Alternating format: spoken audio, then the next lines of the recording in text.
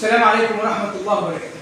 من داخل مكتب هيئة الشبان العالمية في شارع رمسيس وملتقى الفن الثقافة والإبداع للدكتورة أمل سدس والشاعر الكبير معنا النهارده الشاعرة الكبيرة الجميلة. اسمك إيه يا أستاذة؟ نهى إبراهيم محمد. نما إبراهيم محمد دسوقي. ازيك يا نما؟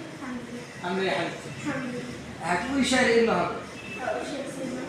صلى الله عليه وسلم. طبعا نقول سيدنا محمد لازم على طول ايه؟ نصلي عليه. يلا قول يا حبيبي. انا مش فاكر مش الكاميرا.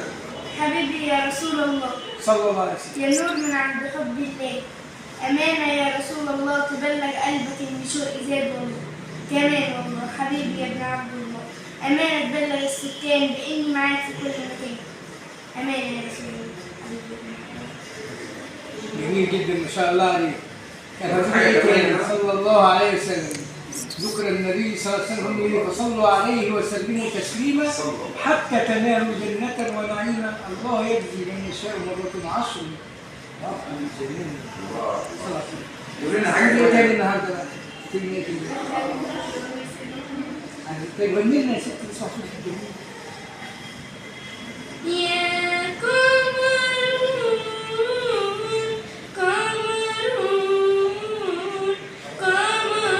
سيدنا النبي قمر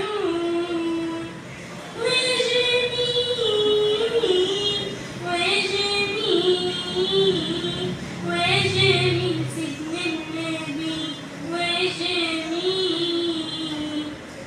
وكف المصطفى الورد نادي الله وريحه يبقى إذا مس الأيادي وكف المصطفى الورد نادي وريحه يبقى إذا مس الأيادي وعم نواله كل العباد وعم نواله كل العباد وعم نواله كل العباد حبيب الله يا خير البرد يا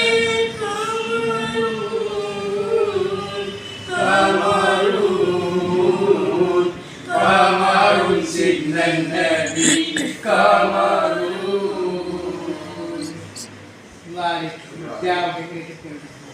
يعني كانت معانا النهارده الشاعره الجميله العسوله نما ابراهيم دسوقي.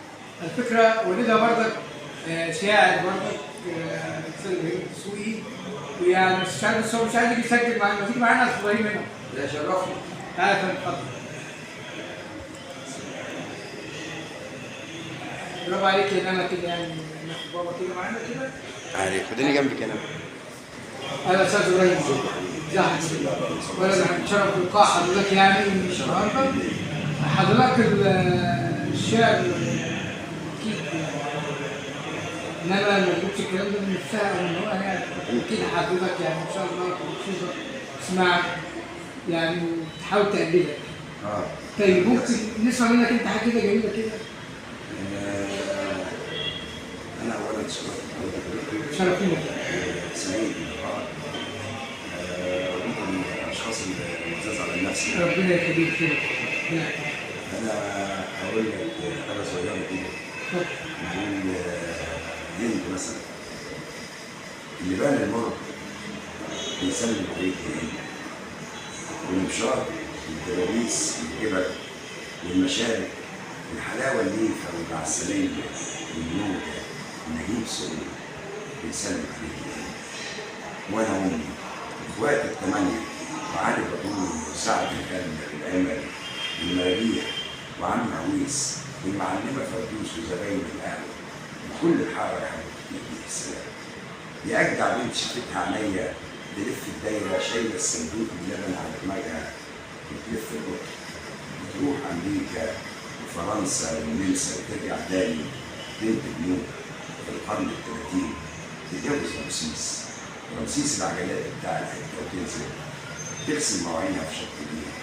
انا لسه شايفها الحدود الصيني ومكرونه الترند وشربوا من حياتهم وخدت عسلية يا حبيبي، عسلية يا حبيبتي عيوني، تبوس في عيون أخوك وتبصيلي بصة مش ولا بد، ملعون عيون السفلة ولاد الجزمة اللي يبصولي بس كده، ملعون أبوكي لو حي ويسقط على ورمان رجليكي وتأويرة راسك تحت السلول، وأنا لسه يا عسلية فاكر كلمتها وبغنيها في كل نهار عصري وبعالج بيها الدورية وتغنيها معايا كل الناس في الحارة. يا سائيات يوم طارق فاتوش عليكي معذرة، فاتت علي المشبه اتحزمت كلمة يا رسول العيون والطول يقول عن عيوني وجت صبية علموني مقرور بطلع مويه وجت عجوز علموني نعصر يقطع الميه حراقة يا حبيبتي الفرقة وزندان العكس، حراقة يا حبيبتي الفرقة والألوان العكس، والمرة الجاية سامحيني يا روح مش جايلك وأنا مرمي وهجيلك ولاقي مشاوي جلابيس كده عسلية جميلة وليفة وهجيلك معايا السكين. الله عليك الله عليك يا سهيل، جميل جدا وراجل. احنا في نهاية اللقاء نشكر الشاعر الكبير دكتور ابراهيم الدسوقي والشاعرة الجميلة العسولة إنما إبراهيم الدسوقي. شكرا جزيلا. كان معكم دكتور مجدي الناظر جريد بوابة عجل مصر وراديو الصوت، انتظرونا القادم أفضل إن شاء الله. السلام عليكم.